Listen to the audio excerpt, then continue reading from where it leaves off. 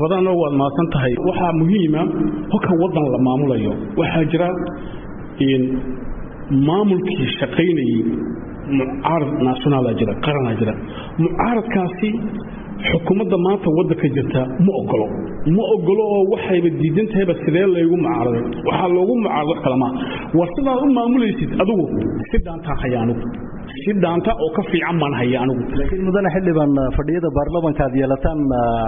waaniga arkay inigu wad ka qayb qaadataan mucaarid baatiin doodihiina wad ka dhiibataan cidi afkeynima qabato soo taas ma wanaagsana in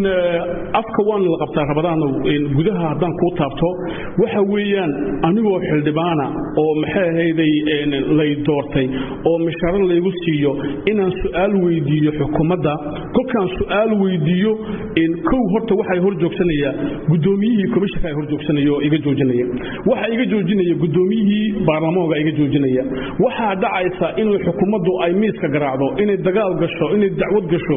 waxa oo ku dhan wax kala ma su'aasha aan weydiinayo aan leeyahay war waa shaqadeydii waa meheradaydii waa wixii la ii doortay ee iga jawaab aan leeyahay horta weydiiday kow labo kulkaan laba saddex su'aalood weydiiyo inaad u fiirsatay mooyaane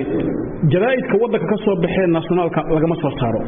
tiileega telefisyoonka wadanka qaranka shakhsi uu noqdo lagama soo saaro maxaa looga soo saari lahayd waxa looga soo saari lahayd aniga oo mucaarada su'aashan weydiiyay dhaxalgal ay tahay ummadii reer Djibouti ogsoonaanaysa inta baa looga soo saari lahayd kulka afka qabo in cabur qofka hadii afka la qabto oo halli kari waa sanka la qabto wax kale sameeya war قصب ويان ضروري ويان إن المعارض أنا هاي أن هذا حليو وما تفرجوا تحليو كلك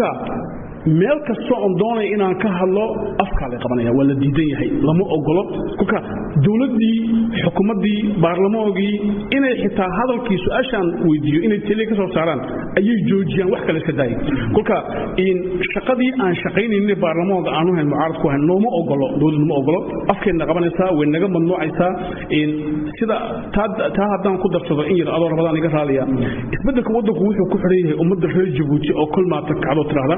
waxaan baan doonaa cadaalad baan doonaa isbedel baan doonaa xorriyad baan doonaa ee maaha ina maxaad loo daayo quraata labada saddex dibitee hadlaya baarlamaanka hadlaya reer Djibouti waxayna weydiiyaan badi in aad u fiirsatay mooyaan war mucaarada maxaa noo haysin war wax nili hayo oo nili soo sido anagu hadoo doonina maxaad adigu qabsanaysaa oo oranaysaa sidaan cadaalad wadanka uga dhaliyo maxaan ku darsadaa anigu wadankayga maxaan ku beersadaa mucaaradka soo iyagana laguma baahnayn inay ummadii abaabulaan oo shaqeeyaan waqtiga doorashooyinka hadii baraarugan soo dhibaato ma waa may in kulka u fiirsatay xisbiye waxa jira doorasho oo soo kaca xisbiye waxa jira doorasho oo loo waxeeyo oo wadiga si fiican baad arkaysaa xilliga doorashada shaqeeya kuwa u yimid doorashada waa la saarkaya oo ma habeysmayba laakiin kuwa dhabta xaq ee runta ee shaqeynaya ee ummaddu ay leedahay war maxaad noo haysin waa inay isweydiiyaan reer Djibouti